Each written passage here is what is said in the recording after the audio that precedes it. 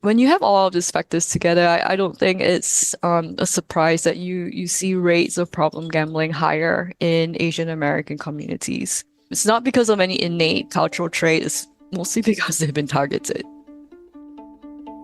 Hey, this is Epicenter NYC. We connect our communities to news, information, and each other. I'm your host, Amber Castillo. As Mets owner Steve Cohen's proposal to build a casino and entertainment complex at Citi Field is in limbo, some community advocates are questioning whether the harms outweigh the benefits. And during the February casino town hall, several residents, some of whom are of East Asian descent, questioned the casino's proximity to Flushing's Asian American community. Two of them argued that members of the community tend to gamble a lot.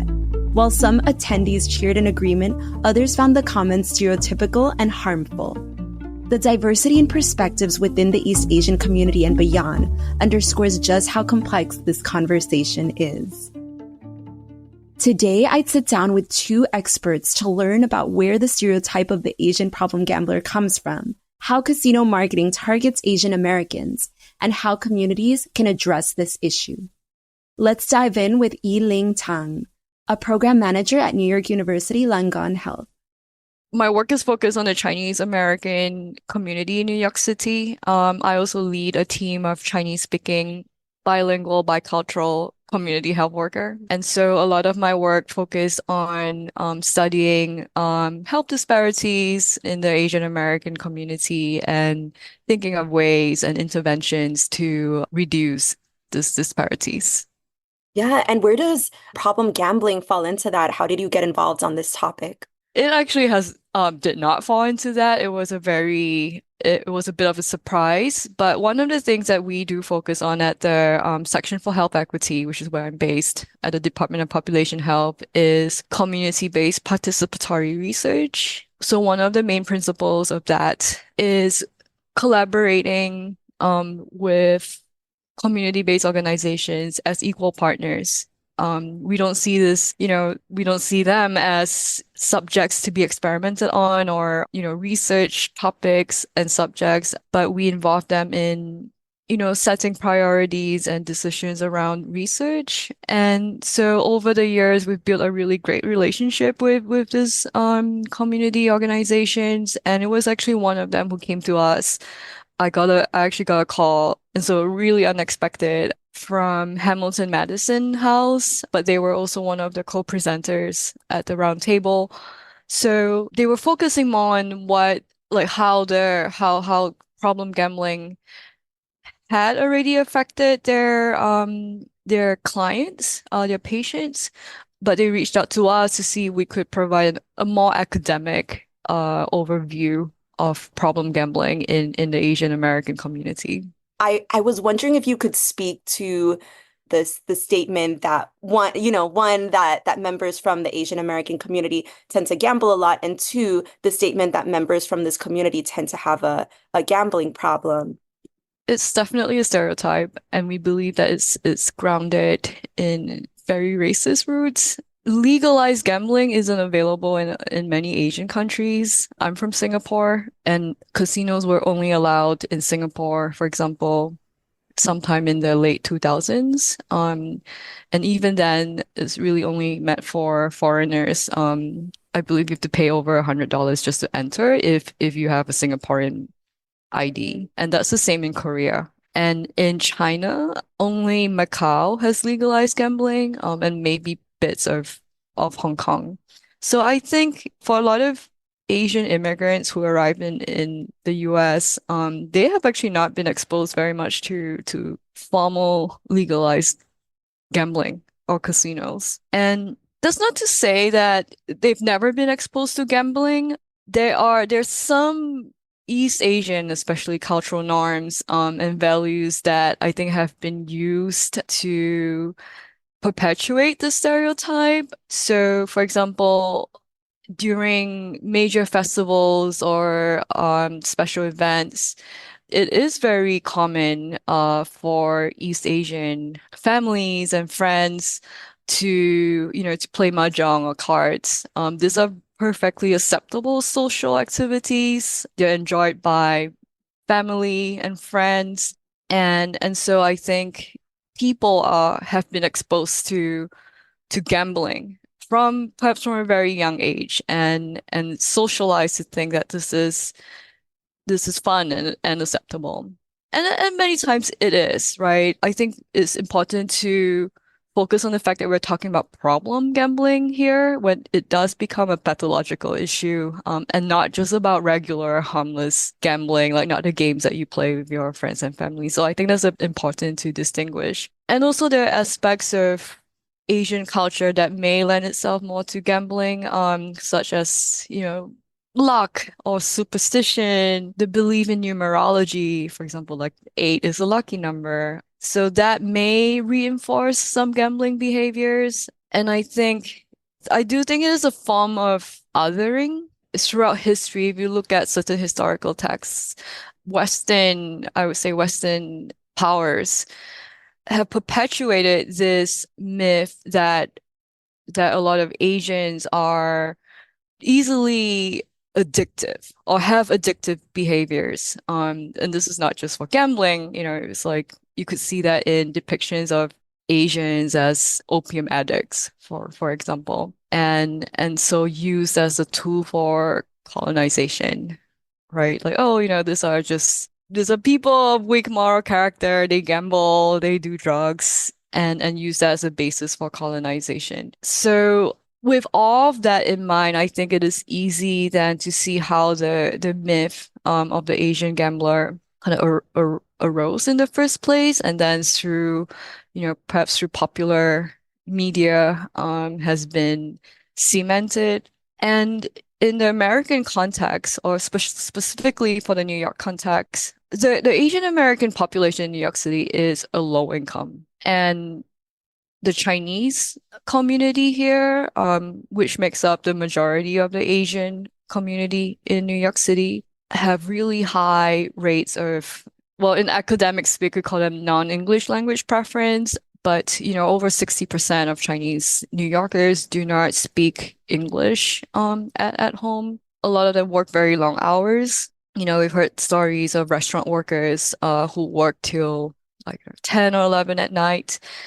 And when you think about that, when you're looking for recreational opportunities, there isn't a lot. First of all, at night, and in a language that you're comfortable with, except for casinos, because they do target Asian American communities. They have buses going to casinos in very strategic neighborhoods, mostly in Chinatown. And, they provide food and drink. At these casinos, they have workers who speak, Asian languages. And we were even looking at the design of these casinos. They're very much geared towards an Asian population.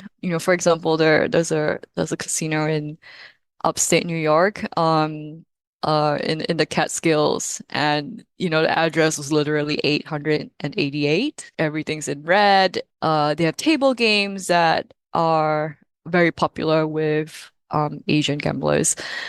We definitely do see targeting of Asian Americans, and so I don't think it's when you have all of these factors together, I don't think it's a surprise that you see rates of problem gambling higher in Asian American communities. Yeah. It's not because of any innate cultural trait, it's mostly because they've been targeted. So I'm wondering if you think there is a way that people can talk about problem gambling in the Asian American community from a health equity perspective without resorting to stereotype if they're So as a researcher, I'm gonna go back to research, and I think that's how we can probably talk about this. The fact is there's actually really limited data on this. And even when I said that, their research is suggesting that there might be higher rates of problem gambling, that's very tangential. We haven't seen real numbers. And this is actually part of a much larger problem that, my colleagues and I have been working on at the Center for the Study of Asian American Health, where Asian Americans are not included in research, in large enough numbers where you can make statements with certainty, right? Like even if you look at major health studies, their majority of them focus on white, Black, and Latinx populations, and often Asian Americans are lumped into other. And so the studies that we looked at had very, very limited numbers of Asian participants. And so it's just really, really difficult to say anything with certainty. So, and one of the strategies that we were recommending during the roundtable was the need for more data. Because without the data, we can't base important decisions, policies, funding, and treatment programs on, on what we think is happening. We need the numbers, and we unfortunately do not have that Mhm. right now. Yeah, definitely. And then I know you said language is secondary before we have the data. Is a good way with the limited data we have now, or with the limited, the things that community advocates are seeing, lived experiences, all of that, is it fair to say that the Asian American community seems to be targeted by people involved in the casinos?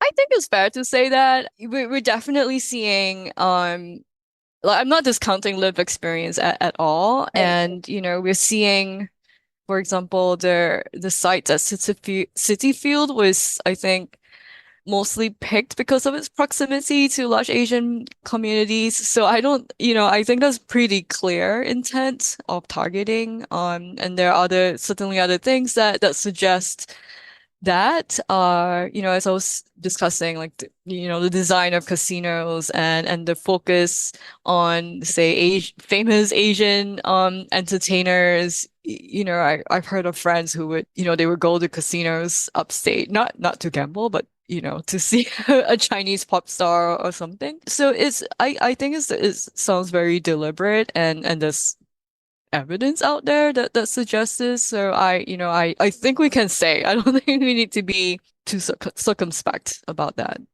Definitely. And I know you have to go in a minute, but are there any good solutions, like based on the very limited information we have, to address this issue? I know I sound like a broken record. We need constant data.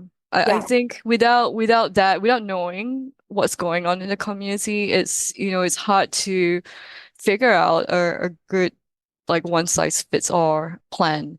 I think we have to be prepared. I think history has suggested that this will be a problem. So we have to monitor what's going on. So I'm not, necessarily against a casino. I think it may bring benefits into the community, but at the same time, we have to be cautious of harms that it could introduce as well. I also spoke to Ben Hires, CEO of the Boston Chinatown Neighborhood Center, who shed light on how strategic busing, free perks, and casino staffers who speak their language have all contributed to the problem. He also explains why racism and discrimination can make communities more vulnerable to casino gambling behaviors. So my name is Ben Hires. I'm the CEO of Boston Chinatown Neighborhood Center, and so I have both the privilege and responsibility of leading the organization, making sure that we're moving forward on our strategic goals and vision, just meeting our mission and doing good work. And what is your mission? If you could talk a little bit about that in your own words. BCNC has been around for the last 55 years. And our mission is to support Asian and recent immigrants, to make sure that they have the supports and resources that they need to contribute to their community and lead thriving lives in their new country. And I'll just say too that I've been following what's been happening, or what is kind of moving, hopefully not forward necessarily, but happening in New York. But in 2011 in Massachusetts, the gambling act was passed, which legalized casino gambling. Sort of prior to 2011, my predecessor, his name was Giles Lee, and his name's on some of the work that we've done. Giles realized that legalization of a casino in Greater Boston, and at the time, likely in the proximity of Boston Chinatown, was going to have an oversized impact on the Asian Chinese community. Now, the reason why he was concerned about the Gambling Act and that sort of situation was that previous to 2011, then our staff had already had a lot of, experience and sort of firsthand knowledge about the impact on families. And, so we're a social service agency. We have a childcare program, preschool, we have after school, we have adult education, English, language learning and so forth, and case management. Our case managers might find out that, in the childcare program or after school, there's a child who's maybe going hungry or there's a behavioral issue, right? And then they began to work with the child and then maybe the family over time. Then they begin to realize, well, the child's acting out because the child's hungry. Okay. Why is the child hungry? They go in school, what's going on at home, talking to the parents or the guardians. And then over time, right, what kind of became, somewhat regular story was, well, there's actually not enough food in the home. And it then turns out that a parent, usually, probably the father, but a parent in the household is a problem with gambling. As those kinds of stories began to repeat itself, our staff, very intimately began to understand like, hey, this is a trend, this is an issue. And so, in 2010, 2011, with the pending, legislation, hey, this is really going to continue to magnify the problem. So we got involved, or Giles got involved with, a lot of the conversations and planning. Obviously it was passed and it was legalized. And in Massachusetts, part of the legislation allowed for some of the revenue from the casinos, tax revenue, to be put towards what was called the Public Health Trust Fund. And that was money that was going to go towards mitigation and supporting communities as well as research. And so Massachusetts has actually a pretty robust research agenda and, has had resources to support research. So fast forward to about 2018, 2019, we were able to receive funding from the Mass Gaming Commission's research sort of arm for our initial first research project. And that was very focused just on Chinese and Boston Chinatown. And so a lot of the, findings that we've continued to sort of amplify were initially sort of, they're not new, but kind of officially reported in kind of an academic format, right? In terms of the targeted marketing that happens, the impact of being, a low wage or, limited English speaking immigrant, and, why that sets up the kind of the context for being prone to the attraction of gambling. And one of the sort of the recommendations out of that report was to do more of a study of other ethnic communities. So that kind of spawned the next report, which was the Asian Cares report in 2020. And that was working with the Vietnamese community, the Cambodian community, and then an Asian serving organization that works with domestic violence, victims. But again, sort of similar findings across other ethnic groups, which was the sort of the loneliness and vulnerability that, particularly these Asian immigrant, low income, working class Asian immigrant community members and families faced in terms of, again, just limited access to, kind of public health, education, jobs. And, in other ways, just, discrimination and racism, right? Apart from some of these factors of vulnerability, do you notice, I spoke to one of the researchers at NYU, said that the casino that's upscale, I think the Catskills one, has like the casino's on is like 888. And she was talking about like there being certain specific cultural factors that might make certain communities prone. It is true that casinos, games represent themselves and market very Asian themed. And the way we actually frame it is that it's actually very racist stereotyping. So casinos have no hold bar on racial stereotyping of games. They'll have the foo babies, they'll have, triple eights, lucky thing.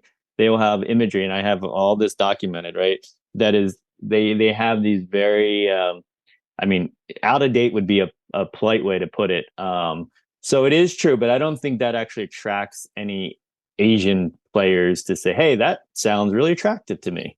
And then my last question is, apart from some of these, trying to create more of these opportunities for community engagement, are there any other things that stood out to you that the research showed in terms of potential solutions to address problem gambling, among some of these low-income immigrant communities that New York might adapt if the $1 billion solution, right, is investment in communities of color or communities that have less access. And there's an issue of equity, whether it's workforce and education opportunities and training.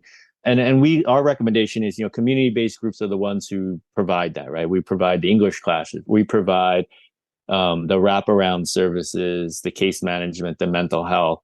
So we had recommendations around being thoughtful and creative and strategic about how to do that, right? Because there's always limited resources. And so a sort of a recommendation that we're trying to move forward that's combined with a lot of this is mental health. There's not a lot of culturally responsive and linguistically, accessible mental health services. And so we're actually we're in the process of creating a licensed mental health clinic that would be able to support the Chinese community.